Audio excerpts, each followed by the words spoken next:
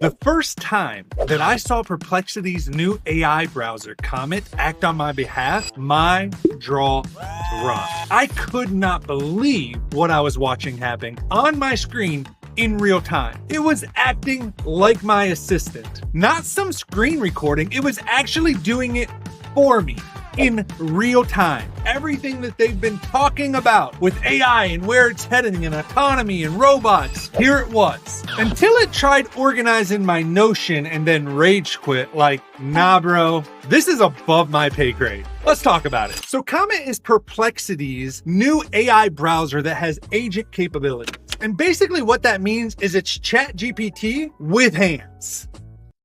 10 fingers, in a sense. You see, it doesn't just generate text, but it actually performs browser actions on your behalf. You can give it a task, you can have it look at a website you're on, you can have it go to another website, send an email, post social media posts, all of this stuff just by giving it a simple ChatGPT style prompt. This is the first time that I've really felt like, wow, this is the future of AI agent capabilities. Like, this is where we're heading when it comes to AI. Large language models are awesome. When they came out, with the release of ChatGPT 3.5, when the world really started paying attention, it was like the most amazing thing in the world. And then we had 4 and 4.0, and now we have ChatGPT 5. They're great. They're amazing. They're super useful.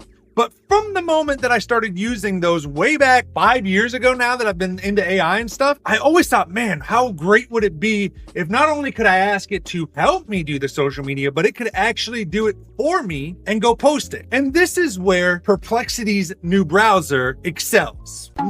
Sometimes. And to be clear, I've been in the AI agentic world for a while now.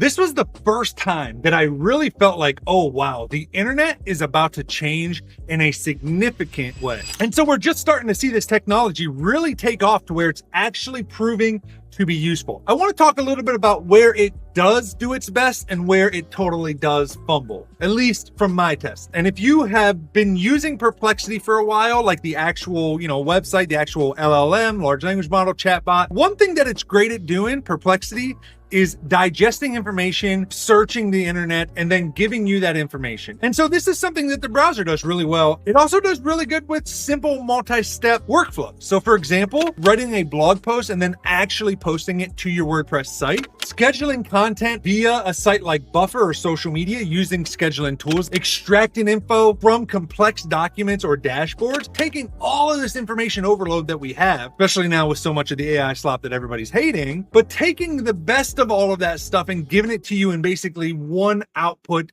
that just kind of gives you the best of the best. Yo, real quick, I promise it'll only take a second, but if you love these AI videos and you want to see the other side of my life, fatherhood vlogs, gaming sessions with my son, opening up Pokemon cards with him, crazy adventures, and just behind the scenes chaos, then you've got to check out my personal channel.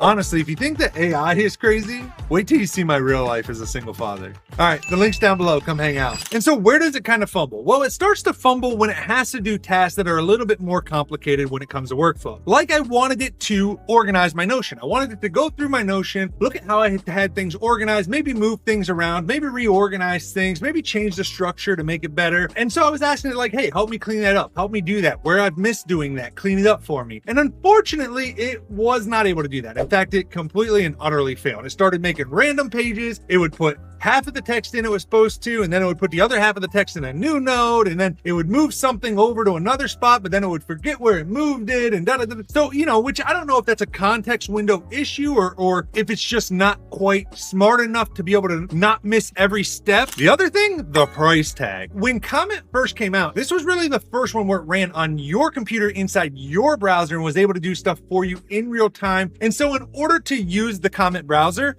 you had to pay for Perplexity's max plan, which is $200 per month. The Comet browser for the $200 a month, I really haven't run into any kind of rate limits or anything. And then the last thing is, listen, it is so slow sometimes. Like I'm sitting there thinking like, man, I could have did this 20 times by now, by the time you've done it once.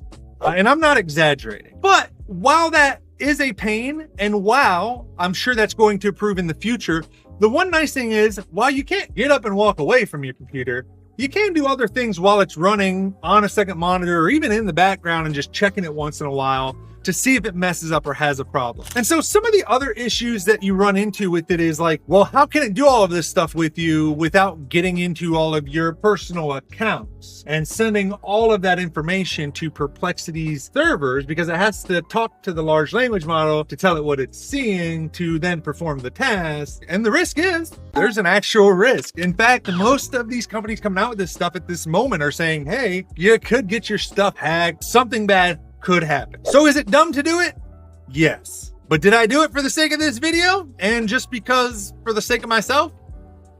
Yes. But that said, I do believe that eventually where this needs to head, all of this technology, large language models, agentic tools, it needs to head to the point where it's all running locally on your own hardware and machine with no connection to anybody else. I'm very much of the mind of like us getting to the point where we basically all have our own personal Cortana. That's where this is headed. Whether you want to believe that or not, whether you think you're going to accept that or not. And so I really believe like we're all going to get to a point where we're going to have our own personal AI that is private to us, that protects us personally. But until then, if you do give it access to all of these tools and all of that, then realize you're basically beta testing the technology and bad stuff can happen. So should you use it? If you're a creator like me, an automator, or maybe like a researcher in AI, I could see why you'd want to use it, maybe. I would say it's probably best at this point to wait for cheaper or at least more stable versions of the software. And so I think we're at this inflection point where everything's starting to come together. We're seeing large language models, we're seeing agentic, we're seeing personalized companions pop up. And, we see all these SaaS apps, quickly being vibe coded and stuff nowadays. And you have people vibe coding apps, and you're not going to have all of these different areas. You're just going to have your AI and it's going to be able to do all of these things for you. I think, once a couple more things like long-term memory, longer context windows, and stuff like that come out, I think it's going to be game over when it comes to browsing the internet and how we do so and how people use a lot of these tools and AI agents, as well as just large language models in general. When your large language model can remember every little detail about you that you've ever talked to it about, that's going to be some personalized information that you're going to be receiving back from it, which I think is awesome.